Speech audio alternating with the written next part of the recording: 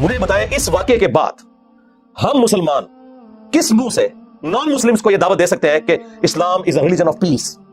تو کہیں گے اے پیس کہ مارنے والے بھی مسلمان، مرنے والے بھی مسلمان، مارنے والا بھی اپنے آپ کو شہید سمجھ رہا ہے اور جسے مارا جا رہا ہے وہ بھی اپنے آپ کو شہید سمجھ رہا ہے، داڑھی اس نے بھی رکھی ہوئی ہے، داڑھی اس نے بھی رکھی ہوئی ہے۔ اسلام میں تو آپ کسی غیر مسلم کی عبادت گاہ کے اوپر بھی اس طریقے سے حملہ نہیں کر سکتے، اور ایک اللہ، ایک رسول، ایک قرآن کے ماننے والے دین کے نام کے اوپر یہ سب کچھ کر رہے ہیں، اور پھر فخریہ وہ ذمہ داری قبول کرتے ہیں کہ جی ہم نے یہ کارنامہ کیا۔ آج اللہ کے نبی علیہ السلام دنیا میں موجود ہوں تو یہ لوگ جو کہ ذمہ داریاں قبول کر رہے ہیں، کیا ان سے خوش ہوں گے یا اعلان برات کر دیں گے؟ اور اس میں مسلمان اور غیر مسلمان کی کوئی تفریق نہیں ہے، یہ ذہن میں رکھیے گا۔ صحیح بخاری میں حدیث ہے، جس نے ایک ذمہ کافر کو جو عہد کی پاسداری کے تحت ایک مسلمان ملک کے اندر ٹیکس دے کر، جزیہ دے کر رہ رہا ہے، اس کی حفاظت کی ذمہ داری اس مسلمان ملک کی فوج کے اوپر ہے۔ اس کو بھی اگر کسی نے ناحق قتل کر دیا غیر مسلم کو، تو وہ جنت کی خوشبو بھی نہیں پائے گا، حالانکہ جنت کی خوشبو 40 سال کی مسافت سے آ رہی ہوگی، لیکن ایک غیر مسلم کو بھی ناحق قتل کرنے والا جنت کی خوشبو نہیں پائے گا۔ مسلمان تو چھوڑ دیں، وہ کتنا بڑا جرم ہے۔ ترمذی کے الفاظ ہے کہ اگر زمین و آسمان کی ساری مخلوقات مل کے ایک مومن کو قتل کرتے ہیں تو اللہ تعالیٰ پرواہ نہیں کرے گا کہ یہ پوری زمین و آسمان کی مخلوقات ایک طرف ہے، سارے جہنم میں پھینک دیے جائیں گے ایک مومن کے قتل کے بدلے میں۔ اور اس کو سپورٹنگ وہ بخاری کی حدیث ہے، جب حضرت عمر فاروق رضی اللہ تعالیٰ عنہ کے سامنے ایک قتل کا مقدمہ پیش ہوا اور آپ رضی اللہ تعالیٰ عنہ کو بتایا گیا کہ اس میں فلاں گاؤں والے شامل ہیں، تو آپ نے فرمایا اگر پورا گاؤں بھی شامل ہوا نا، میں سب کو اس کے بدلے میں قتل کرواؤں گا۔ میں سلوٹ کرتا ہوں افغانستان کی گورنمنٹ کو، حالانکہ میں اسے ایکسپیکٹ نہیں کر رہا تھا جتنے آج کل وہ ہارڈ لائنر ہوئے ہیں پاکستان کے حوالے سے، کہ انہوں نے اس واقعے کو کنڈیم کیا، اور اس کے پیچھے بھی میں سمجھتا ہوں سوشل میڈیا کا کردار ہے۔ انہیں آئیڈیا ہو گیا کہ یار یہ تو اب دنیا پڑھ لکھ گئی ہے میرے بھائی، کیا لوگ جاہل ہیں، لوگوں کو نہیں پتا کہ اس طرح کی ایکٹیویٹیز پرفارم کر کے آپ عزت بنائیں گے؟ تو انہیں آئیڈیا ہوا کہ لوگ تو مذہبی طبقے سے متنفر ہو رہے ہیں، تو سب سے پہلے انہوں نے ایک آفیشیل بیان جاری کیا افغانستان والوں نے کہ جی ہم اس واقعے کی مذمت کرتے ہیں، اس طرح کا کوئی واقعہ مسلمانوں کے اوپر کرنا حرام ہے، اور مسجد میں تو کرنا بدرجہ اولا حرام ہے۔ ماشاءاللہ، بس اتنی سی بات تھی۔ ادھر جو ماشاءاللہ مجاہدین تھے نا، ان کا وضو بھی ٹوٹ گیا۔ جو کل تک فخریہ کہہ رہے تھے ہم نے یہ کارنامہ کیا، انہوں نے کہا جی ہمارا اس کارنامے سے کوئی تعلق نہیں ہے۔ آپ نے صدیوں سے مسلمانوں سے جھوٹ بولا ہے کہ جی مسلمان تھوڑے تھے تو کافروں پر غالب آ گئے۔ وہ اس لیے آئے کہ جب خالد بن ولید یہاں سے تلوار لے کے نکلے نا، تو رومن جنرل نے بھی تلوار ہی اٹھائی ہوئی تھی۔ اگر اس کے ہاتھ میں کلاشنکوف یا لیزر گائیڈڈ کوئی گن ہوتی تو حضرت خالد بن ولید تو اپنی فورس سے باہر بھی نہیں نکل سکتے تھے، 2 کلومیٹر دور سے اس نے شہادت تک پہنچا دینا تھا۔ پھر سب سے بڑا ڈفرنس جو آ گیا وہ ایئر فورس کے اندر ہے۔ امریکن فوج کو 20 سال لگنے تھے یہاں افغانستان میں، 1-2 سال کی گیم تھی، بھاگ جانا تھا انہوں نے۔ اس لیے نہیں کہ وہ بسم اللہ پڑھ کے بم پھینکتے تھے جناب۔ طالبان نے اگر کامیابی حاصل کی ہے تو تلواروں کے ذریعے نہیں کیا ہے، ان کے پاس بھی لیٹسٹ اسلحہ تھا رشیا کا دیا ہوا، رشیا اپنا بدلہ اتار رہا تھا۔ جی ہاں، کسی بزرگ کی دعا سے نہیں وہ جیتے۔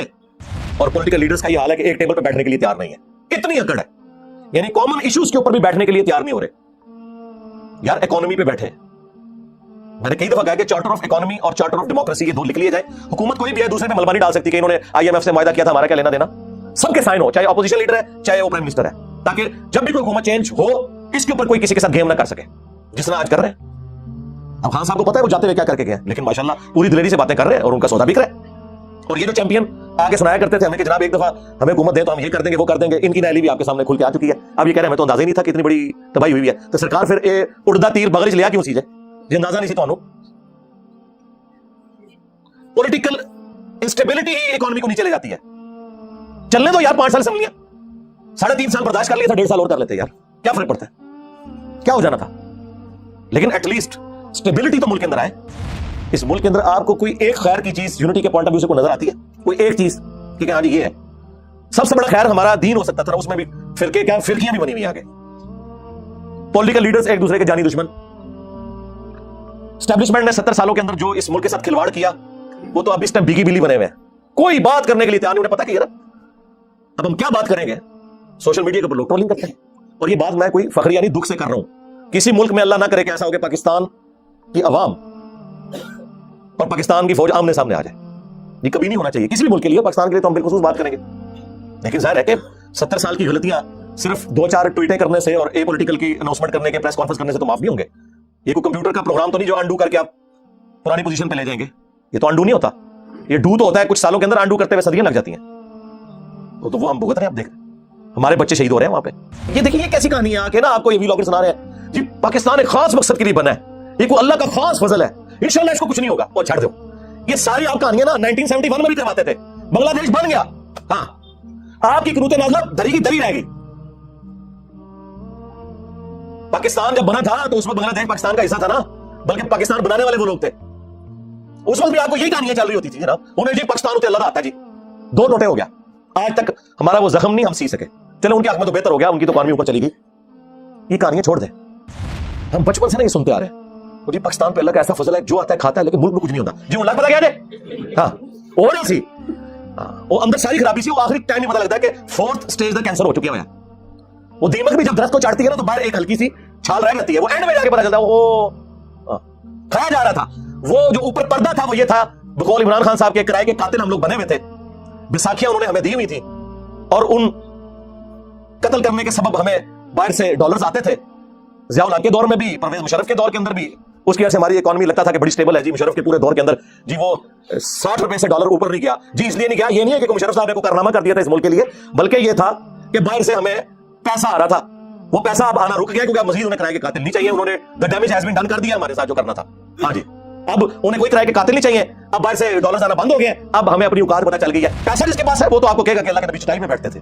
ہاں جی, جس کو پلاٹ ملے ہوئے ہیں, جس نے اربوں ڈالر بنا لیے ہیں, جبکہ اس کی پوری زندگی کیا, اس کی پوری نسلوں کی تنخواہیں اتری نہیں تھیں جتنے اس نے ایسٹس بنا لیے ہیں, تو ظاہر ہے کہ وہ ہر سال ایک نیا ترانہ ریلیز کر کے آپ کو سنائیں گے اور آپ جھومیں گے.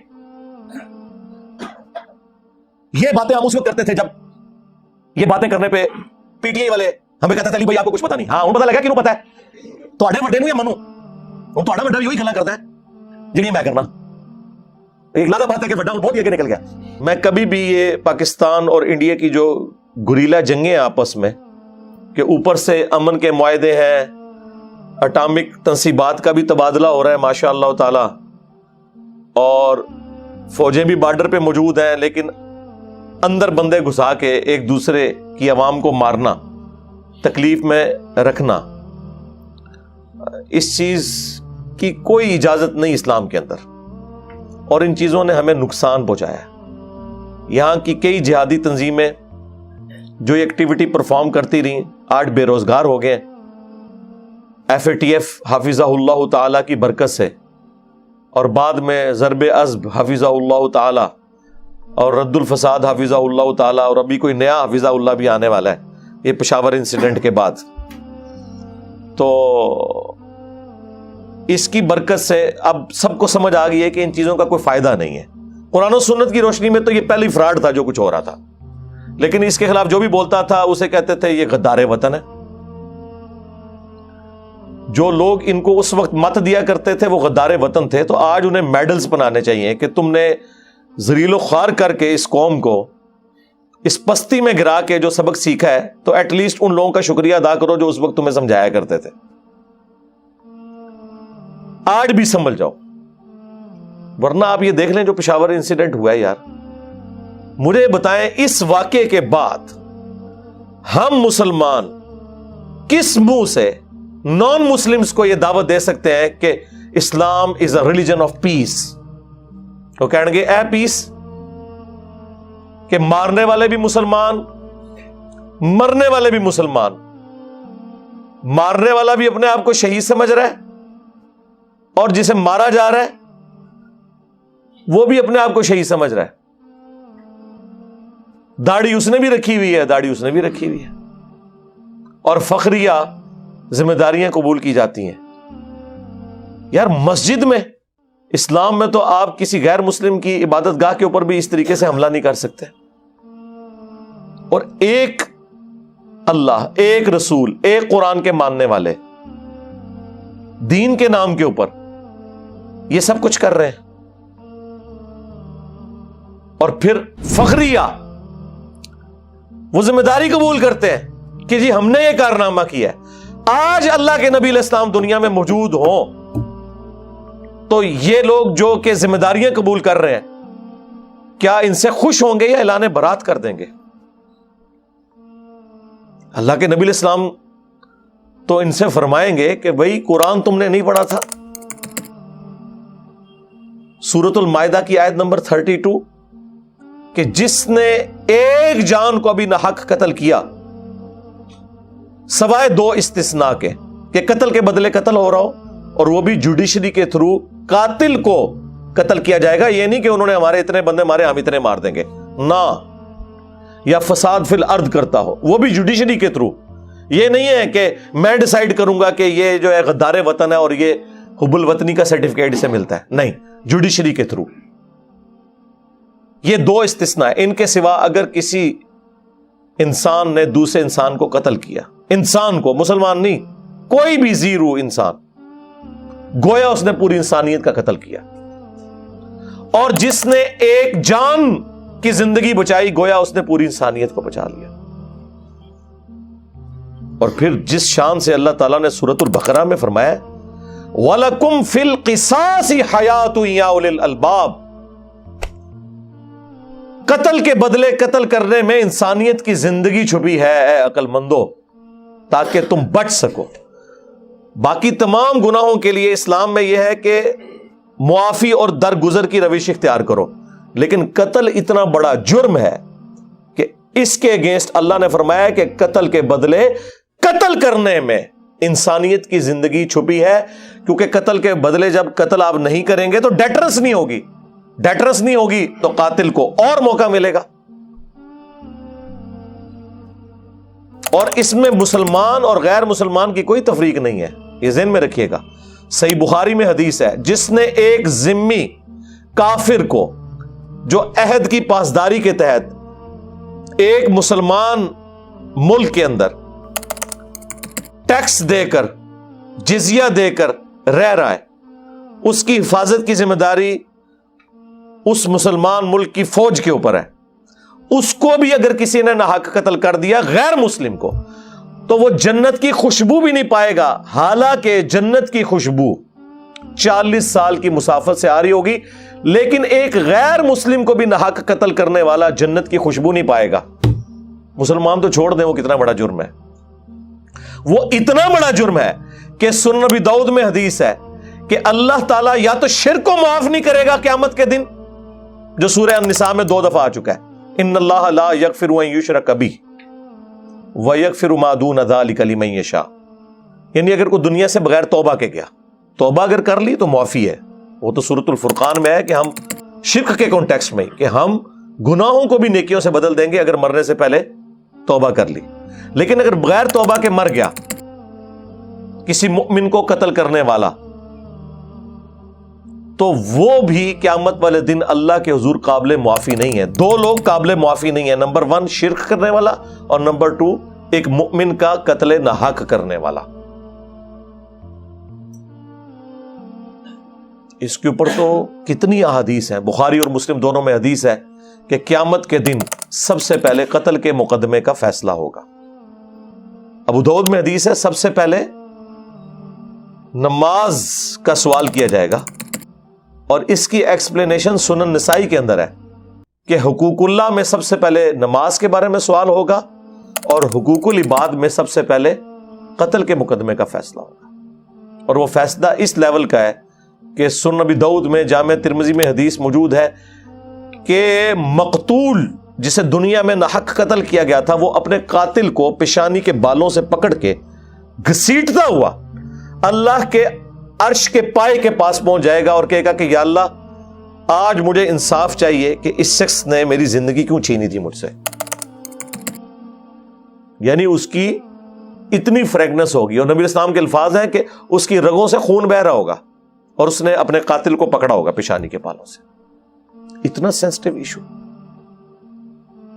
اسی لیے جامعہ ترمذی میں، سنن ابن ماجہ میں موجود ہے کہ نبی الاسلام نے فرمایا کہ کعبے کی خوشبو بڑی اچھی ہے، لیکن اللہ کی قسم، اللہ کے نزدیک ایک مؤمن کی حرمت کعبے سے بھی بڑھ کر ہے. اس طرح ترمذی کے اندر آیا ہے کہ اگر کوئی شخص پوری دنیا کو تباہ و برباد کر دے، اور پوری دنیا میں مکہ مدینہ بھی آتے ہیں، اس سے بڑا جرم ہے کسی مؤمن کو ناحق قتل کرنا اللہ کے نزدیک. ایک ترمذی میں روایت ہے، اس کی سند میں کلام ہے، لیکن اپنے اصول میں وہ حدیث بالکل ٹھیک ہے، کیونکہ بخاری میں اسے سپورٹیو ایک حدیث ہے. ترمذی کے الفاظ ہیں کہ اگر زمین و آسمان کی ساری مخلوقات مل کے ایک مومن کو قتل کر دے تو اللہ تعالیٰ پرواہ نہیں کرے گا کہ یہ پوری زمین و آسمان کی مخلوقات ایک طرف ہیں، سارے جہنم میں پھینک دیے جائیں گے ایک مومن کے قتل کے بدلے میں. اور اس کو سپورٹیو وہ بخاری کی حدیث ہے جب حضرت عمر فاروق رضی اللہ تعالیٰ عنہ کے سامنے ایک قتل کا مقدمہ پیش ہوا اور آپ رضی اللہ تعالیٰ عنہ کو بتایا گیا کہ اس میں فلاں گاؤں والے شامل ہیں، تو آپ نے فرمایا اگر پورا گاؤں بھی شامل ہوا نا میں سب کو اس کے بدلے میں قتل کرواؤں گا۔ یہ جناب انسانی جان کی اہمیت ہے، اور یہاں پہ آپ دیکھ لیں انسانی جان کی کوئی اہمیت نہیں، اور ایک مسلمان دوسرے مسلمان کو قتل کر رہا ہے اسلام کے نام کے اوپر۔ یہ کون سا اسلام ہے؟ اور پھر میں سلوٹ کرتا ہوں افغانستان کی گورنمنٹ کو، حالانکہ میں ان سے ایکسپیکٹ نہیں کر رہا تھا جتنے آج کل وہ ہارڈ لائنر ہوئے ہیں پاکستان کے حوالے سے، کہ انہوں نے اس واقعے کو کنڈیم کیا، اور اس کے پیچھے بھی میں سمجھتا ہوں سوشل میڈیا کا کردار ہے۔ انہیں آئیڈیا ہو گیا کہ یار یہ تو اب دنیا پڑھ لکھ گئی ہے میرے بھائی، کیا لوگ جاہل ہیں؟ لوگوں کو نہیں پتا کہ اس طرح کی ایکٹیویٹیز پرفارم کر کے آپ عزت بنائیں گے؟ تو انہیں آئیڈیا ہوا کہ لوگ تو مذہبی طبقے سے متنفر ہو رہے ہیں، تو سب سے پہلے انہوں نے ایک آفیشیل بیان جاری کیا افغانستان والوں نے کہ جی ہم اس واقعے کی مذمت کرتے ہیں، اس طرح کا کوئی واقعہ مسلمانوں کے اوپر کرنا حرام ہے، اور مسجد میں تو کرنا بدرجہ اولا حرام ہے۔ ماشاءاللہ، بس اتنی سی بات تھی، ادھر جو ماشاءاللہ مجاہدین تھے نا ان کا وضو بھی ٹوٹ گیا۔ جو کل تک فخریہ کہہ رہے تھے ہم نے یہ کارنامہ کیا، انہوں نے کہا جی ہمارا اس کارنامے سے کوئی تعلق ہی نہیں ہے، حالانکہ حقیقت بات یہی ہے کہ یہ لوگ انوالو ہیں۔ ہم ہر بات کو جی غیر مسلموں کی سازش ہے، یار غیر مسلم نے تو سازش ہی کرنی ہے نا آپ کے خلاف، آپ کی طرف سے انہوں نے حج اور عمرے ادا کرنے ہیں، صدقہ اور خیرات کرنا ہے اللہ کی راہ میں، انہوں نے، آپ کیا کر رہے ہیں؟ اور اب آپ دیکھ لیں یہ ایک مصیبت آ کھڑی ہوئی ہے، اور یہاں ہمیں مطلب ایک کہانیاں کروائی جاتی ہے کہ جی وہ جی آج بھی ہو ابراہیم سا ایمان پیدا، آگ کر سکتی ہے اندازے گلستان پیدا۔ جی جناب بالکل، انشاءاللہ نہ ابراہیم جیسا ایمان ہوگا اور نہ کبھی آگ ٹھنڈی ہوگی۔ اس شیرہ تو باہر نکلو اللہ سے، وہ بندے ہو، معجزات کا کوئی لینا دینا نہیں ہے عام کیسز کے اندر، وہ انبیاء کے ساتھ خاص ہیں۔ اس کے بعد بھی اگر کرامت زیادہ سے زیادہ یہ ہو سکتی ہے کہ اللہ تعالیٰ کسی کی دعا قبول کر لے، ادروائز دنیا کو اللہ نے اسباب کے ساتھ جوڑا ہوا ہے میرے بھائی۔ رومنز اور پرشینز کے خلاف صحابہ اکرام نے باقاعدہ جنگیں کی ہیں، یار ہزاروں مسلمان اس میں شہید ہوئے ہیں، تب جا کے وہ کامیابیاں ملی ہیں۔ نگاہ مار کے کچھ نہیں ہوا، ہاں خالی دعائیں کرنے سے کچھ بھی نہیں ہوا۔ وہ تو نبی الاسلام کو اللہ نے ایک مختصر پیریڈ دیا تھا، اس کے اندر دین کا غلبہ کرنا تھا۔ هو الذی ارسل رسولہ بالہدی ودین الحق لیظہرہ علی الدین کلہ ولو کرہ المشرکون۔ تو اللہ تعالیٰ نے غیبی مدد فرمائی، ادروائز ایسا نہیں ہوا کرتا۔ اور جی خالد ابن ولید رضی اللہ تعالیٰ عنہ بڑی تھوڑی سی آرمی کے ساتھ رومنز کے خلاف غالب آ گئے۔ جی جناب اس لیے غالب آئے کہ خالد ابن ولید کے ہاتھ میں بھی تلوار تھی اور رومنز کے ہاتھ میں بھی تلوار تھی۔ اگر سامنے رومنز کے ہاتھ میں کلاشن کوف ہو اور یہاں سے 1000 خالد ابن ولید، میں نہیں کہتا یہ کہہ دیں گے گستاخی ہو گئی ہے، 1000 کو بڑے بڑے پہلوان جنگجو اس زمانے کے آ جائیں تو ایک کلاشن کوف سب کو بھوننے کے لیے کافی ہے۔ تو اس زمانے کی مثالیں دینا غلط ہے، تلوار بامقابلہ تلوار ہوتی تھی، لیکن آج زمین و آسمان کا ڈفرنس ہو چکا ہے۔ ہمارے پاس تو لیٹسٹ اسلحہ بھی نہیں لڑنے کے لیے اس لیول کا، اور جب یہ باتیں کرے کہتے ہیں یہ بزدل کر رہے ہیں لوگوں کو۔ یار بزدل نہیں کر رہے، آپ کو گراؤنڈ ریئلٹیز بتا رہے ہیں، آپ مثالیں غلط دے رہے ہو۔ آپ نے صدیوں سے مسلمانوں سے جھوٹ بولا ہے کہ جی مسلمان تھوڑے تھے تو کافروں پر غالب آ گئے۔ وہ اس لیے آئے کہ جب خالد ابن ولید یہاں سے تلوار لے کے نکلے نا تو رومن جنرل نے بھی تلوار ہی اٹھائی ہوئی تھی۔ اگر اس کے ہاتھ میں کلاشن کوف یا لیزر گائیڈڈ کوئی گن ہوتی تو حضرت خالد ابن ولید تو اپنی فورس سے باہر بھی نہیں نکل سکتے تھے، 2 کلومیٹر دور سے اس نے شہادت تک پہنچا دینا تھا، جو آج ہو رہا ہے۔ کے پی میں آپ دیکھ لیں، لیٹسٹ اسلحہ 2 کلومیٹر سے وہ تھرمل سینس کر کے وہ اکوپمنٹ لاک کرتا ہے کہ یہ بندے 2 کلومیٹر دور سے، اور ایگزیکٹ ہٹ کرتے ہیں۔ اور ہماری پولیس کے پاس جس قسم کا ویپن ہے وہ تو 200 فٹ سے بھی نہ کام کرے، اندازہ کریں۔ اور جی تھوڑے تھے ہم غالب آئے خدا کے لیے۔ پھر سب سے بڑا ڈفرنس جو آ گیا وہ ایئر فورس کے اندر ہے. امریکن فوج کو 20 سال لگنے تھے یہاں افغانستان میں, 1-2 سال کی گیم تھی, بھاگ جانا تھا انہوں نے. اس لیے نہیں کہ وہ بسم اللہ پڑھ کے بم پھینکتے تھے جناب. طالبان نے اگر کامیابی حاصل کی ہے تو تلواروں کے ذریعے نہیں کیا ہے, ان کے پاس بھی لیٹسٹ اسلحہ تھا رشیا کا دیا ہوا. رشیا اپنا بدلہ اتار رہا تھا. جی ہاں, کسی بزرگ کی دعا سے نہیں وہ جیتے. آج لوگ مثالیں دیتے ہیں,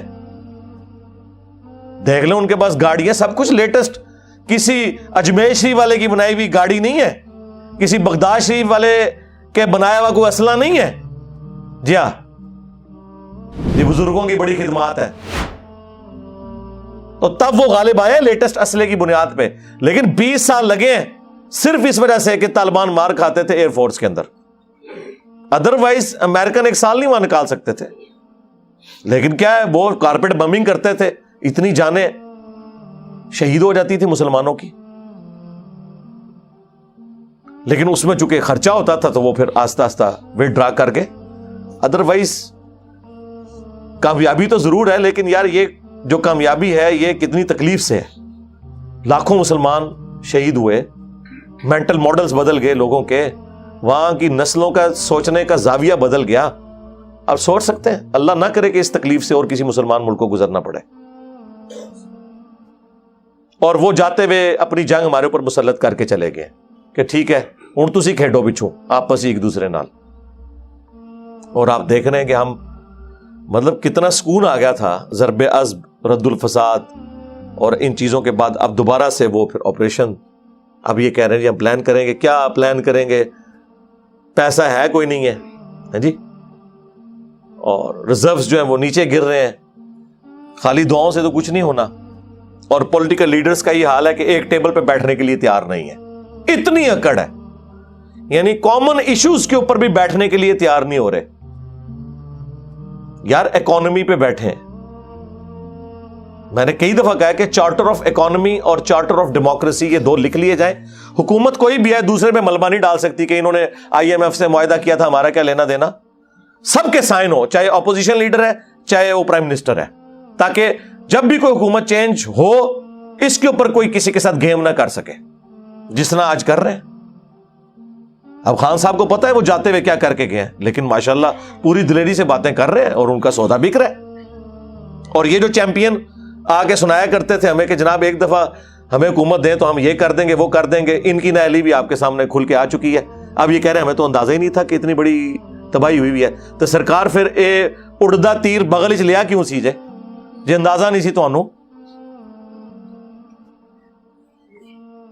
پولیٹیکل انسٹیبلٹی ہی اکانومی کو نیچے لے جاتی ہے.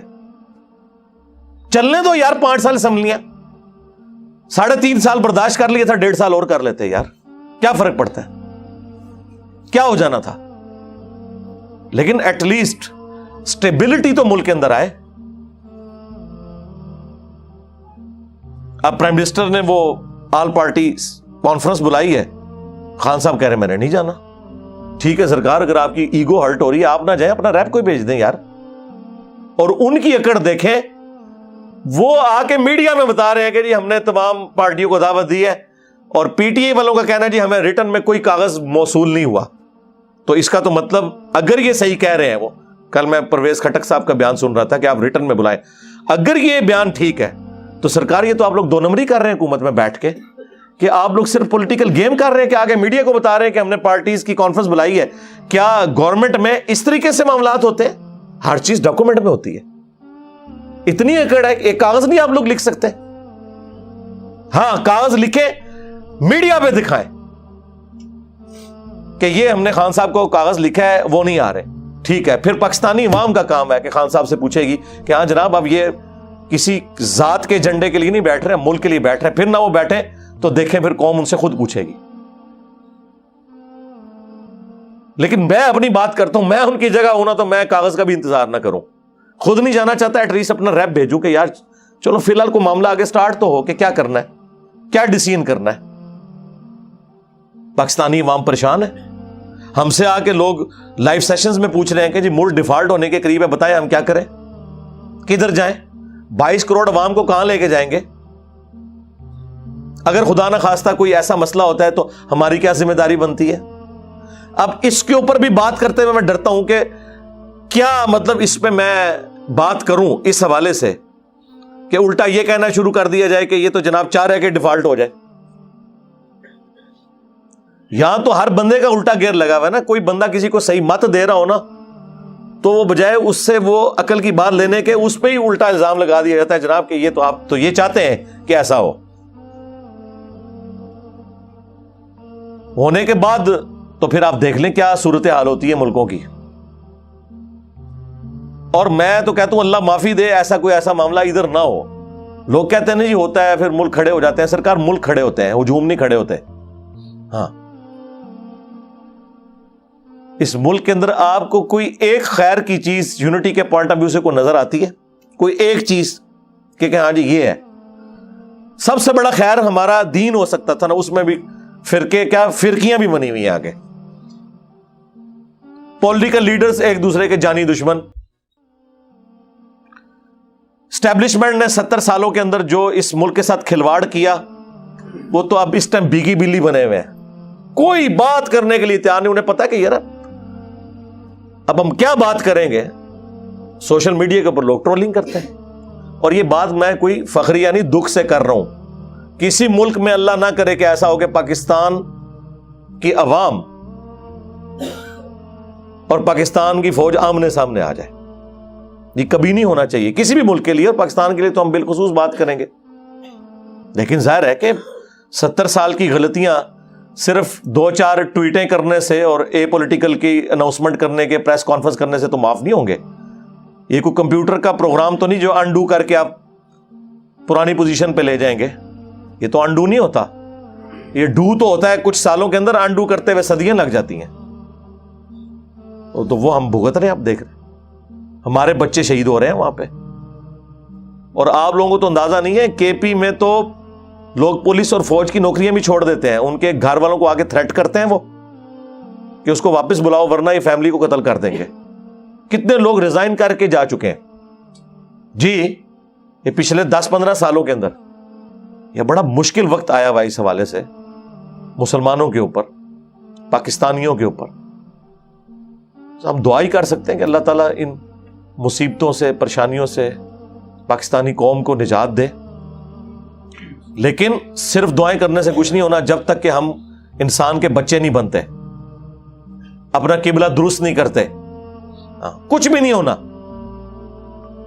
جی ہمیں بچپن سے جی پاکستان جو ہے, یہ دیکھیں یہ کیسی کہانی ہے آ کے نا آپ کو یہ ویلاگر سنا رہے ہیں جی پاکستان ایک خاص مقصد کے لیے بنا ہے, یہ کوئی اللہ کا خاص فضل ہے, انشاءاللہ اس کو کچھ نہیں ہوگا. اور چھڑ دو یہ ساری آپ کہانیاں نا 1971 میں بھی کرواتے تھے.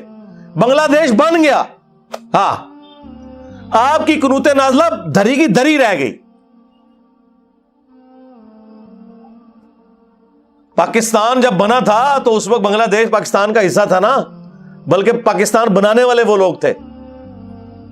اس وقت بھی آپ کو یہی کہانیاں چل رہی ہوتی تھی جناب. انہیں جی پاکستان اتنے اللہ کا ہاتھ ہے جی, 2 ٹوٹے ہو گیا. آج تک ہمارا وہ زخم نہیں ہم سی سکے. چلے ان کے حق میں تو بہتر ہو گیا, ان کی تو اکانومی اوپر چلی گئی. یہ کہانیاں چھوڑ دیں. ہم بچپن سے نا یہ سنتے آ رہے ہیں جی پاکستان پہ اللہ کا ایسا فضل ہے, جو آتا ہے کھاتا ہے لیکن ملک میں کچھ نہیں ہوتا. جی ان لاکھ پتا کیا جی ہاں اور ایسی وہ اندر ساری خرابی سی. وہ آخری ٹائم ہی پتا لگتا ہے کہ 4th سٹیج دا کینسر ہو چکا ہوا ہے.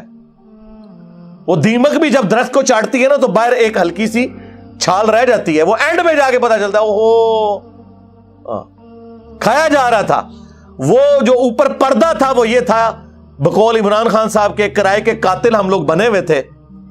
بیساکھیاں انہوں نے ہمیں دی ہوئی تھیں اور ان قتل کرنے کے سبب ہمیں باہر سے ڈالرز آتے تھے. ضیاء الحق کے دور میں بھی, پرویز مشرف کے دور کے اندر بھی اس کی وجہ سے ہماری اکانومی لگتا تھا کہ بڑی سٹیبل ہے. جی مشرف کے پورے دور کے اندر جی وہ 60 روپے سے ڈالر اوپر نہیں گیا. جی اس لیے نہیں گیا, یہ نہیں ہے کہ کوئی مشرف صاحب نے کوئی کارنامہ کر دیا تھا اس ملک کے لیے, بلکہ یہ تھا کہ باہر سے ہمیں پیسہ آ رہا تھا. وہ پیسہ اب آنا رک گیا کیونکہ اب مزید انہیں کرائے کے قاتل نہیں چاہیے. انہوں نے the damage has been done کر دیا ہمارے ساتھ جو کرنا تھا. ہاں جی, اب انہیں کوئی کرائے کے قاتل نہیں چاہیے, اب باہر سے ڈالرز آنا بند ہو گئے ہیں, اب ہمیں اپنی اوقات پتہ چل گئی ہے. اچھا یہ کہہ رہے ہیں جی وہ 2 ارب ڈالر فلاں دے دے گا, 1 ارب, اچھا جی وہ بھی تو مک جانا ہے. جس طرح جب ایک باپ مرتا ہے اور اولاد بجائے کاروبار کرنے کے اس کا پیسہ کھانا شروع کرتے تو جائیداد تو ایک دن ختم ہی ہو جاتی ہے نا. یہ پیسے مل بھی جائیں تو ہم کیا کریں گے جب تک ہم اپنے آپ کو خود کھڑا نہیں کرتے اکانومی کے پوائنٹ آف ویو سے. زراعت کے اندر پاکستان یعنی دنیا میں زرخیز ترین جگہوں میں سے ہے, پانی کی اویلیبلٹی ہے, لیکن دیکھ لیں گندم ہم باہر سے منگوا رہے ہیں اور سعودیہ ایکسپورٹ کر رہا ہے. چند سالوں کے اندر انہوں نے ڈیسیژن کیا ہے, جا کے ذرا یوٹیوب کے اوپر دیکھیں کہ کس طریقے سے انہوں نے وہاں پہ گندم اگائی ہے, وہ ایکسپورٹر بن گیا. تو ہمارا گراف تو نیچے سے نیچے ہی جا رہا ہے. بس وہ جی جو بھی آتا ہے نا ایک بھاشن دے کے چلا جاتا ہے, نہیں جی نہیں انشاءاللہ تعالی سب خیر ہوئے گی. اور یہ بھاشن وہ آپ کو دے رہے ہوتے ہیں جن کے اپنے پاس سب کچھ اس ملک سے لوٹا ہوا گھر میں ہوتا ہے. سرکار جب آپ کا پیٹ بھرا ہوا ہے, آپ کے پاس ساری فیسلٹیز موجود ہیں, میں اکثر کہتا ہوں پاکستان دنیا میں جنت ہے اس شخص کے لیے جس کے پاس تھوڑا سا پیسہ ہے. اتنے پیسے کے ساتھ آپ دنیا میں کہیں یاشی نہیں کر سکتے.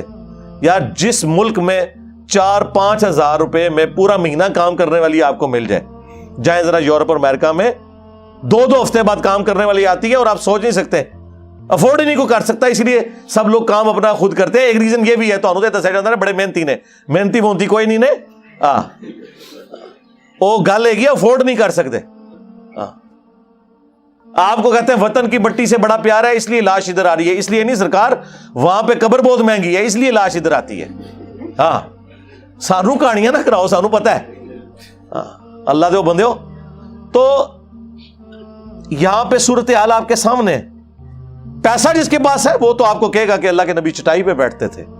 ہاں جی, جس کو پلاٹ ملے ہوئے ہیں, جس نے اربوں ڈالر بنا لیے ہیں, جبکہ اس کی پوری زندگی کیا اس کی پوری نسلوں کی تنخواہیں اتنی نہیں تھیں جتنے اس نے ایسٹس بنا لیے ہیں, تو ظاہر ہے کہ وہ ہر سال ایک نیا ترانہ ریلیز کر کے آپ کو سنائیں گے اور آپ جھومیں گے. یہ باتیں ہم اس وقت کرتے تھے جب یہ باتیں کرنے پہ پی ٹی آئی والے ہمیں کہتے تھے علی بھائی آپ کو کچھ پتا نہیں. ہاں ہوں پتا لگا کینوں پتا ہے, تواڈے وڈے نوں یا منوں, ہوں تہاڈا وڈا بھی وہی گلاں کردا ہے جہڑیاں میں کرنا. ایک لادہ بات ہے کہ وڈا ہوں بہت ہی اگے نکل گیا. تو اللہ سے ڈرے, ریالٹی کو سمجھیں, یہ جذباتی باتیں چھوڑ دیں. اللہ خیر کرے گا, اللہ تب خیر کرے گا. اللہ تعالیٰ نے واضح سورۃ الانفال میں فرمایا کہ اللہ تعالیٰ نے کبھی کسی قوم سے نعمت نہیں بدلی جب تک کہ وہ خود ایسے کرتوت نہ کر لیں کہ اللہ تعالیٰ ان سے نعمت وہ چھین لے. اسی کو وائس ورسا کر لیں کہ اللہ تعالیٰ کسی قوم کی حالت کبھی بہتر نہیں کرے گا جب تک کہ وہ اپنے حالات و واقعات کو دیکھتے ہوئے اپنے حالات و واقعات کی روشنی میں تناظر میں ایفرٹ پٹ کر کے اپنے حالات بہتر نہیں کر لیتا. اللہ تعالیٰ نے کیوں حالت بدلنی ہے؟ اللہ نے دنیا کو اس باپ کے ساتھ جوڑا ہوا ہے. یہ نہیں ہے کہ آپ نے دروشی پڑھنا ہے تو آپ کا پیٹ بھر جانا ہے, 10 دفعہ سورہ اخلاص پڑھنی ہے تو آپ کی پیاس ختم ہو جانی ہے. نہ سرکار ایسے نہیں ہوتا. پتہ ان کو بھی ہے کہ ایسے کچھ نہیں ہوتا, لیکن بس قوم کو تسلیوں پہ لگایا ہوا ہے. اور قوم بھی آپ دیکھ لیں ماشاء اللہ تعالی, ہر گھر میں 1-2 پاگل موجود ہیں جو بیچارے پوری فیملی کے لیے کمائی کرتے ہیں. پاکستان میں تو یہی ہے. آج یہ باہر سے ریمیٹنس ختم ہو جائے, آج یہ چیریٹی والا معاملہ تل پٹ ہو جائے تو آپ دیکھیں ادھر کیا حالات و واقعات بنے. اللہ نہ کرے کہ ایسا ہو. دعا تو ہم کر سکتے ہیں, لیکن جب تک کرتوت اپنے ٹھیک نہیں کریں گے, ہر بندہ ایمانداری کے ساتھ اپنا کام نہیں کرے گا, بجائے ایک دوسرے کے کاموں میں لچ تلنے کے اپنے کاموں کے اوپر توجہ نہیں دیں گے, پھر اسی طرح ہم پٹتے رہیں گے. بس صرف تقریریں آپ سن لیں, بھاشن آپ سن لیں, باقی جو ہے وہ آپ صورتحال آپ کے سامنے. اب چونکہ پرویز مشرف صاحب کا بھی ذکر ہوا ہے, ابھی یہ پبلک سیشن شروع کرنے سے پہلے ہی مجھے پتا چلا کہ ان کی ڈیتھ ہو گئی ہے. انا للہ و انا الیہ راجعون. دبئی میں وہ تھے زیر علاج ایک امریکن ہاسپٹل کے اندر کچھ عرصے سے, آلموسٹ 80 ایئرس ایج تھی ان کی, اور ابھی یہی گیم چل رہی ہے کہ وہ ان کی ڈیڈ باڈی یہاں شفٹ ہوگی کہ نہیں. ہو جانی چاہیے یار, ایک بندہ مر گیا, اب اپنے انجام کو پہنچ چکا ہے, اللہ کو خود جواب دے ہے. بحیثیت انسان تو ہم یہی دعا کریں گے اللہ تعالیٰ ان کی غلطیوں سے درگزر فرمائے, اور کوئی اگر کوئی نیکی کے کام انہوں نے کیے ہیں تو ان کا اجر اللہ تعالیٰ ان کو دے. باقی ظاہر ہے کہ لا تزر وازرۃ وزر اخری, کوئی جان بوجھ اٹھانے والی قیامت کے دن دوسرے کے گناہوں کا بوجھ نہیں اٹھا سکتی. وہ تو اللہ تعالیٰ کا واضح فیصلہ ہے. پرویز مشرف صاحب کی زندگی جو ہے وہ کنٹروورسی سے عبارت ہے. چند ایک ان کے اچھے کام بھی ہیں, پہلے میں ان کا ذکر کر لوں, اور برے کام تو آپ سب کو پتہ ہی ہیں, وہ سارے پولیٹیکل لیڈرز آپ کو بتاتے رہتے ہیں. جو میں نے ان کے اندر ایک اچھی چیز دیکھی اس حوالے سے, دو کام ہی مجھے ایک اچھے لگے ان کے, جنہوں نے اپنی حکومت کے دوران کیے. ایک تو جو انہوں نے نیسکوم کا ادارہ بنایا ڈاکٹر سمر مبارک بند صاحب کی سربراہی میں 99-2000 کے اندر. پاکستان کی مختلف ڈیفنس جو آرگنائزیشنز تھیں وہ سکیٹرڈ فارم کے اندر تھیں, ان کو ایک پلیٹ فارم پہ اکٹھا کیا, نیسکوم ادارہ بنایا, اس میں NDCB, PMOB, AWCB اور باقی ادارے. یہ ایک انہوں نے بہت اچھا کام کیا اور ہیوی بجٹ رکھا. پاکستان کا جو اٹامک پروگرام ذوالفقار علی بھٹو نے شروع کیا تھا, اسے اپنے کلائمیکس پہ پہنچایا نواز شریف صاحب نے. پاکستان کا جو میزائل پروگرام بے نظیر بھٹو نے شروع کیا تھا, اسے اپنے ایپیکس کے اوپر اگر کسی نے پہنچایا تو وہ پرویز مشرف صاحب تھے. یہ نیسکوم کا ادارہ بیسیکلی اسی میزائل ٹیکنالوجی کے حوالے سے ہی سارے معاملات لے کے چل رہا ہے. چونکہ میرا بھی تعلق رہا ہے اسی ادارے میں, ایک سب اس کی آرگنائزیشن NDC کے اندر, تو جتنی انفارمیشن ہم ایک پبلکلی شیئر کر سکتے ہیں اتنی تو ہم کر سکتے ہیں. باقی جو چیزیں ہیں وہ تو آپ کو پتہ ہے ایک کانفیڈینشیل ہوتی ہیں, وہ تو ہم ڈسکس نہیں کر سکتے. لیکن یہ ایک ان کی بہت بڑی کنٹریبیوشن تھی بجٹ کے پوائنٹ آف ویو سے بھی, اور نیسکوم کے ادارے کو اسٹیبلش کرنے کے اعتبار سے بھی.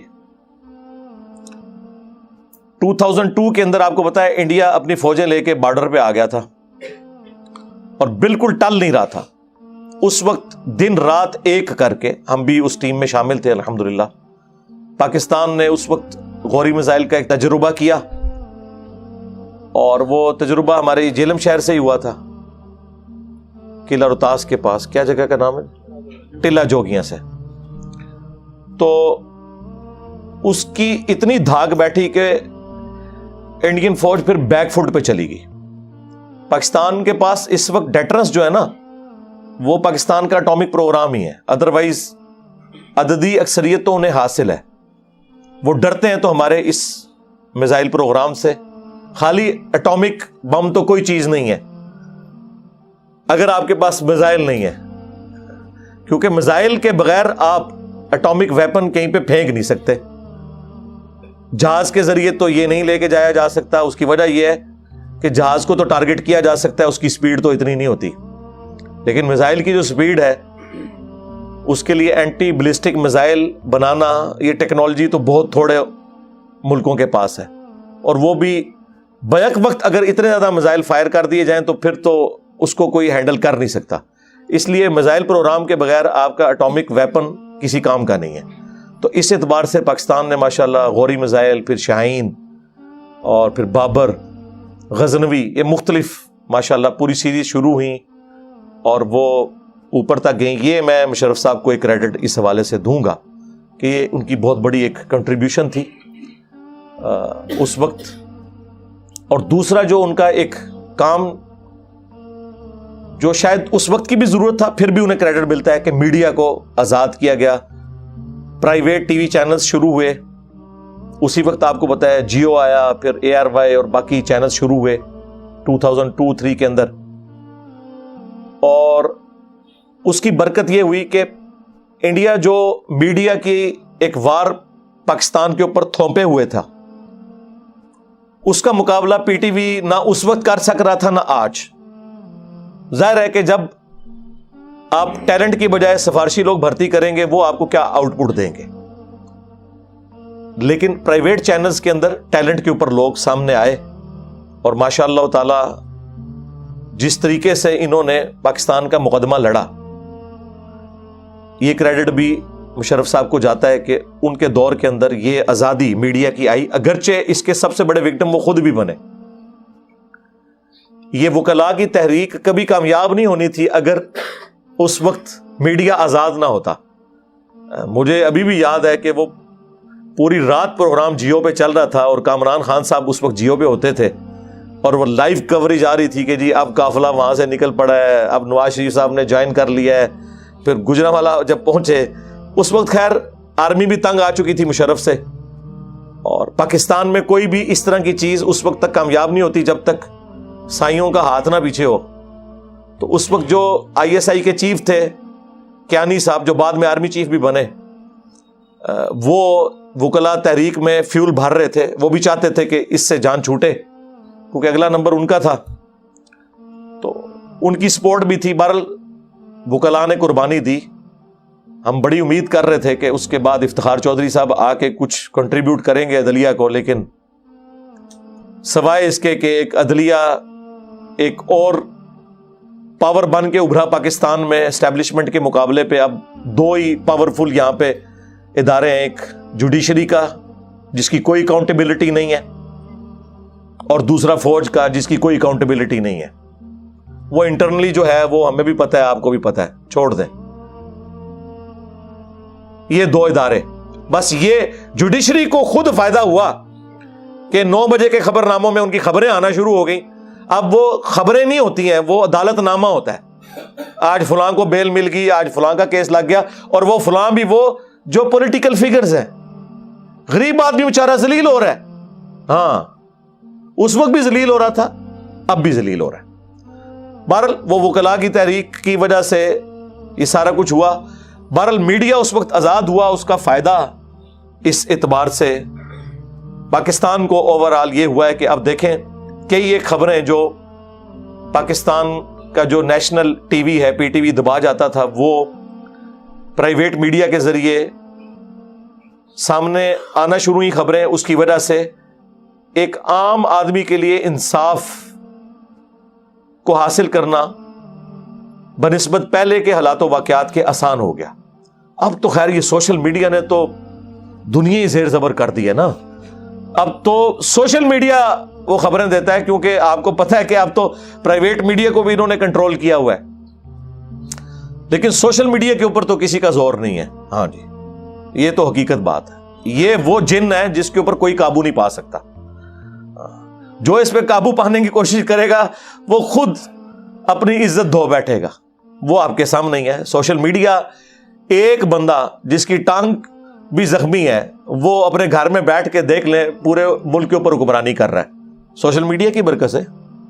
آپ اختلاف کر سکتے ہیں عقائد و نظریات سے، مجھے بھی ان کی پالیٹکس سے اختلاف ہے، لیکن میں آپ کو اس کی طاقت بتا رہا ہوں، پاور بتا رہا ہوں۔ دوسری طرف سارے ادارے لگے ہوئے ہیں، گورنمنٹ لگی ہوئی ہے، لیکن اس چیز کا مقابلہ نہیں ہو سک رہا۔ تو یہ سوشل میڈیا، اور پھر اسی دوران انٹرنیٹ سروس، اور پھر یوٹیوب کا بھی ایک بوم آ گیا۔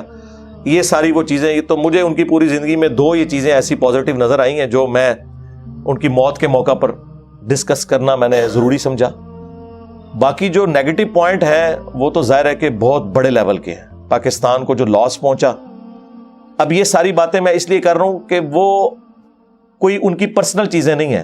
میں یہاں پہ ان کی پرسنل لائف ڈسکس نہیں کروں گا کہ ان کی ذاتی زندگی کیسی تھی، وہ ان کا اور اللہ کا معاملہ ہے۔ لیکن جو معاملات ان کی ذمہ داری سے ریلیٹڈ ہیں وہ قیامت تک ڈسکس ہوں گے۔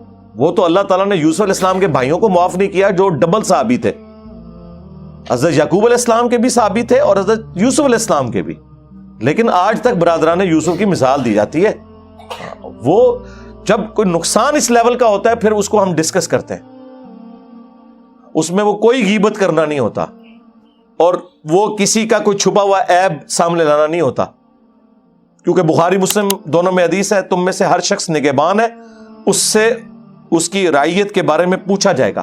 پھر نبی علیہ السلام نے فرمایا کہ ایک حاکم اپنی رعایا کے اوپر نگہبان ہے، اللہ تعالیٰ اس سے پوچھے گا کہ تو نے رعایا کے ساتھ کیا اس نے سلوک کیا، کیا انصاف پرووائڈ کیا۔ پھر نبی علیہ السلام نے فرمایا ایک مرد اپنی بیوی اور بچوں کے اوپر حاکم ہے۔ پھر نبی علیہ السلام نے فرمایا اسی حدیث میں ایک بیوی اپنے خاوند کے مال اور بچوں کے اوپر حاکم ہے، اس سے اس کے بارے میں پوچھا جائے گا۔ حتیٰ کہ بخاری اور مسلم دونوں میں حدیث موجود ہے کہ نبی علیہ السلام نے فرمایا کہ بدترین گڈریا اگر کوئی ہو سکتا ہے نا تو وہ ہے جو انسانوں کے اوپر حاکم بنایا گیا ہے۔ اگر وہ ان کے ساتھ انصاف نہیں کرے گا، زیادتی کرے گا، تو وہ جنت کی خوشبو بھی نہیں پائے گا۔ ہاں، یہ لوگوں کو شوق تو بڑا ہے پرائم منسٹر بننے کا، لیکن انہیں پتہ ہی نہیں ہے کہ اس کا انجام کیا ہونے والا ہے۔ پریزیڈنٹ بننے کا شوق تو تھا، لیکن اس کا انجام کیا ہونے والا ہے۔ تو مشرف صاحب کا پورا ایک ٹینیور جو ہے نا اس حوالے سے یعنی نیگیٹو چیزوں سے تو بھرا پڑا ہوا ہے، جس کی وجہ سے پاکستانی قوم نے بھگتا۔ سب سے پہلا دھچکا تو لگا یہ جو کارگر والا تماشا ہوا، جو انہوں نے کیا، اور اس ماڈرن دور کے اندر اس قسم کی حرکتیں کر کے اور اپنے آپ کو کہنا کہ ہم کوئی مجاہد ملت بن گئے ہیں۔ یار کن خوابوں کی دنیا میں رہ رہے ہو؟ نہ قرآن کے روح سے یہ اجازت ہے کہ گریلا وار کی جائے، سورۃ الانفال میں حرام قرار دیا گیا اس طرح کی وار کرنے کو، اور اللہ تعالیٰ نے فرمایا جب تک معاہدہ اعلانیہ نہیں توڑو گے کسی قوم کے خلاف تم جنگ نہیں ڈکلیئر کر سکتے۔ اسی وجہ سے مولانا مودودی رحمہ اللہ تعالیٰ نے 1948 میں پاکستان کی فوج کا کشمیر میں داخلے کے اوپر فتویٰ دیا تھا کہ یہ غلط ہے، اعلانیہ جنگ ڈکلیئر کریں، اندر خانے والا یہ معاملہ نہ کریں کہ اوپر سے دوستی ہے اور اندر یہ۔ اور اسی کانٹیکسٹ میں حدیث جو میں نے اکثر بیان کی ہے ابو داؤد اور ترمذی میں کہ حضرت معاویہ رضی اللہ تعالیٰ عنہ کے دور میں جو رومن امپائر کے ساتھ ایک معاہدہ تھا، معاہدہ پورا ہونے سے ایک دن پہلے حضرت معاویہ نے لا کے بارڈر پہ فوج بٹھا دی کہ صبح ان پہ یکلخت حملہ کر کے ان سے علاقہ چھین لیں گے۔ تو ایک صحابی نے گھوڑے کو ایڑی لگائی اور فرنٹ پہ سامنے آ کے کھڑے ہو گئے کہ میں تمہیں یہ کام نہیں کرنے دوں گا، کیونکہ نبی علیہ السلام نے فرمایا تھا کہ جس قوم سے معاہدہ ہو جب تک اعلانیہ نہیں توڑو گے ان پہ حملہ نہیں کر سکتے۔ یعنی جنگ کے بھی اصول ہیں، یہ نہیں ہے کہ جی محبت اور جنگ میں سب کچھ جائز ہے۔ وہ ہمارے ایک ایکس ٹویٹر والے بھائی کہا کرتے تھے، تو ایسا نہیں ہے، اسلام میں رولز ہیں، ان کو آپ نے فالو کرنا ہے۔ بہرحال حضرت معاویہ نے پھر اپنا ڈیسیژن واپس لے لیا کہ ٹھیک ہے یار یہ کام ہم نہیں کریں گے، اگرچہ بظاہر دنیاوی فائدہ ہے لیکن ہم نے یہ کام نہیں کرنا۔ تو یہ کارگل والا جو معاملہ ہوا جس میں ہزاروں بچے شہید ہوئے، ان کی فیملیز کا کچھ عرصے تک تو پرسان حال کوئی رہا، بعد میں کوئی نہیں، نہ تو ان کو ڈی ایچ اے میں پلاٹ ملے، نہ انہیں کوئی ہیوی ڈیوٹی کوئی پینشن الاٹ ہوئی۔ ان شہداء کی فیملیز آج تک دنیاوی تکلیف کو کاٹ رہی ہیں۔ یہ ایک سب سے بڑا ان کا جرم۔ دوسرا جرم، انہوں نے جو ایک لیجیٹمائز گورنمنٹ کو مارشاء اللہ کے ذریعے الٹ دیا، جو میں بار بار کہتا ہوں کم از کم یار 5 دفعہ اسمبلیاں چلنے دو۔ وہ آسما جہانگیر والی بات ہے کہ ہر تیسرے دن ایک پودا اکھاڑ کے کہنا ہے کہ یہ پودا بڑا کیوں نہیں ہو رہا۔ چلنے دو یار، ملک کو بڑا ہوگا۔ کبھی کسی حکومت نے اپنا وقت پورا نہیں کیا، اور جنہوں نے کیا ہے یہ پچھلی 3 گورنمنٹیں وہ آپ کے سامنے ہیں لولے لنگڑے طریقے سے۔ اور اب تو یہ پھر ایک اور تماشا لگا پچھلے سال اپریل کے اندر، وہ آپ کے سامنے ہے۔ تو یہ جو انہوں نے حکومت ختم کی، یہ ایک اور ان کے نامہ اعمال میں ایک چیز تھی جس کے بعد یہ سارے معاملات تل پٹ ہوئے۔ اور وہ تو پھر بعد میں پتا چلا نا کہ وہ کرائے کے قاتل چاہیے تھے امریکہ کو۔ 9/11 کے بعد وہ اپنے وہ معاملات سیدھے کر رہے تھے۔ اور تیسری غلطی پھر ہوئی جو افغان وار میں جا کے ہم نے لچ تل دیا۔ حالانکہ اس وقت کتنے کور کمانڈرز بھی مخالفت کر رہے تھے، لیکن کہنے کو تو یہ کہتے ہیں کہ ہم ادارہ ہے، لیکن حقیقت یہ ہے کہ اوپر والا ایک بندہ کوئی ڈیسیژن کرتا ہے تو نچلے لوگ اختلاف رائے کر سکتے ہیں، ان کی سنی کوئی نہیں جاتی۔ ہاں پھر ریٹائر ہو کے وہ کتابیں لکھ رہے ہوتے ہیں کہ فلاں وقت یہ ہو گیا، فلاں وقت یہ ہو گیا، اور وہ پھر آج تک ہم بھگت رہے ہیں، اور پتہ نہیں ہماری آنے والی نسلیں بھی شاید بھگتیں۔ پاکستان کی اکانومی چند بلین ڈالرز کے عوض ہم نے اپنے کئی بلین ڈالرز کا نقصان کروا لیا۔ سب سے بڑھ کر مینٹل ماڈل اس قوم کے بدل گئے۔ فوج میں جو مذہبی لوگ تھے ان کے اوپر زندگی تنگ کر دی گئی، کتنے لوگ ریٹائرمنٹ لے گئے، اور بالکل 180 degree change war on terror کے نام کے اوپر۔ یہ سارے کے سارا معاملہ چلتا رہا. اور بجائے یہ کہ ہم ساتھ نہیں اگر افغانستان کا دے سکتے تھے، چلو بزدلی کی وجہ سے یا حالات و واقعات کی وجہ سے، میں بھی مانتا ہوں حکمت کے تحت ایٹ لیسٹ ہم نیوٹرل تو رہتے ہیں. ہم اس سسٹم کا حصہ بن گئے، ہم نے اپنے اڈے دیے. یہ ایک تیسرا ان کے نام اعمال میں جو جرم، اور چوتھا لال مسجد والا واقعہ جس کی ہیٹ پھر پاکستان کے ہر شہر میں فیل کی گئی خودکش حملوں کی شکل میں. یہ سارے انہی کے رشتہ دار تھے نا جو بعد میں پھر بم باندھ کے تو ٹوٹ پڑے ہمارے اوپر، اور پھر ہمیں ضرب عزم، رد الفساد اور یہ سارے معاملات کرنے پڑے. یہ تو ایف اے ٹی ایف والا تو معاملہ اب آیا ہے نا، تو ان کو اب ہوش آئی ہے، ادروائز معاملات تو بگڑ چکے تھے پہلے. اور یہ چار بڑے ان کے آپ سمجھ لیں ٹاپ آف دا لسٹ کارنامے انورٹڈ کاماز کے اندر. پھر آپ کو پتا ہے کہ ایگریمنٹ کیا انہوں نے بینظیر بھٹو کے ساتھ بھی، نواز شریف صاحب کے ساتھ بھی، اور وہ چارٹر آف ڈیموکریسی لکھا گیا. میں تو اس کی حق میں ہوں، اچھا لکھا گیا تھا بشرطے کہ اس کے اوپر عمل بھی ہوتا. لیکن جو ان کے کیسز معاف کیے گئے اور وہ پاکستان کے وسیع تر مفاد میں نہیں بلکہ اپنی کرسی بچانے کے لیے بچی، وہ بھی کوئی نہیں. پھر الٹیمیٹلی 2008 میں ان کو پھر اقتدار چھوڑنا پڑا. پوری زندگی ہمیں سب سے پہلے پاکستان کا درس دیتے رہے اور سب سے پہلے پاکستان سے بھاگے. ٹھیک ہے، ایک آدھ دفعہ عدالتوں میں پیش بھی ہوئے، اور آخری دفعہ تو آپ کو پتا انہوں نے گاڑی کا رخ ہی موڑ کے تو ہاسپٹل میں ایڈمٹ، اور پھر وہاں سے باہر چلے گئے. ہمیں ملی ترانے سناتے رہے پوری زندگی، لیکن خود زندگی انہوں نے دوسرے ملک میں گزاری. اب ان کی ڈیڈ باڈی، جو میں کہتا ہوں کہ ہم یہاں ان لوگوں کے صرف جنازے پڑھنے کے لیے ہیں. ہاں، جب یہ زندہ ہوتے ہیں تو ان سے ہم حب الوطنی کے درس سنتے ہیں اور ملی ترانے سنتے ہیں، اور اس کے بعد ہمیں اخبار میں کہیں چھوٹی سی خبر ملتی ہے کہ اتنے پلاٹ لے کے اور اتنا یکمشت پیسہ لے کے فلاں ملک میں شفٹ ہو گئے ہیں. ان کے پاس جو یہ فلیٹس ہیں نا، یہ پوری زندگی کی تنخواہوں سے نہیں خرید سکتے. پوچھے کہاں سے ہیں، کہتے ہیں گفٹ ملے ہیں. تو جنہوں نے گفٹ دیے تو ظاہر ہے کہ وہ اس سسٹم کے بینیفیشری اگر بنے ہیں تو عدلے کا بدلہ تو ہوتا ہے. الٹیمیٹلی پھر ان کی لاشیں آتی ہیں یہاں پہ، اور اگر کوئی جسٹس وقار جیسا کوئی دلیر جج کوئی فیصلہ کر دے، اس کی ٹرولنگ شروع کر دی جاتی ہے، اور تاکہ کوئی بندہ حق کی آواز بلند نہ کر سکے. بہرحال اب چونکہ وہ فوت ہو چکے ہیں، اللہ کا اور ان کا معاملہ ہے، ہم انہیں گالی گلوچ نہیں کرتے. لیکن جو غلطیاں ہیں، جس طرح قرآن میں اللہ تعالیٰ نے اگلی قوموں کے برائیوں کو، چاہے وہ مسلمان تھے یا غیر مسلم تھے، ذکر کیا. بنو اسرائیل نبی علیہ السلام کا اور عیسیٰ ابن مریم کا انکار کرنے سے پہلے مسلمان تھے. اصحاب سبت مسلمان تھے، لیکن اللہ نے ان سب کی برائیوں کا ذکر کیا، ان پہ جو اللہ تعالیٰ کے عذابات آئے ان کا ذکر کیا، اس وجہ سے کہ ہم درس سیکھیں.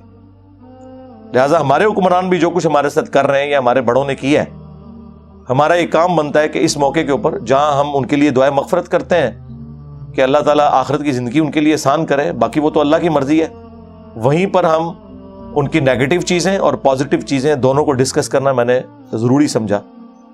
اینڈ پہ میں اس حوالے سے سب کے لیے دعا کروں گا، خواہ ہمارے کشمیر کے مسلمان ہوں، خواہ پشاور بم دھماکے میں شہید ہونے والے ہمارے مسلمان بھائی ہوں، خواہ مشرف صاحب، سب کے لیے ہم دعائیں مغفرت کرتے ہیں. جتنے بھی مسلمان فوت ہو چکے، اللہ تعالیٰ ان کی مغفرت فرمائے، انہیں نیک کاموں کا اجر دے، برائیوں سے درگزر فرمائے، اور ہمیں بھی اپنی موت سے پہلے قبر و آخرت کی تیاری کرنے کی توفیق عطا فرمائے.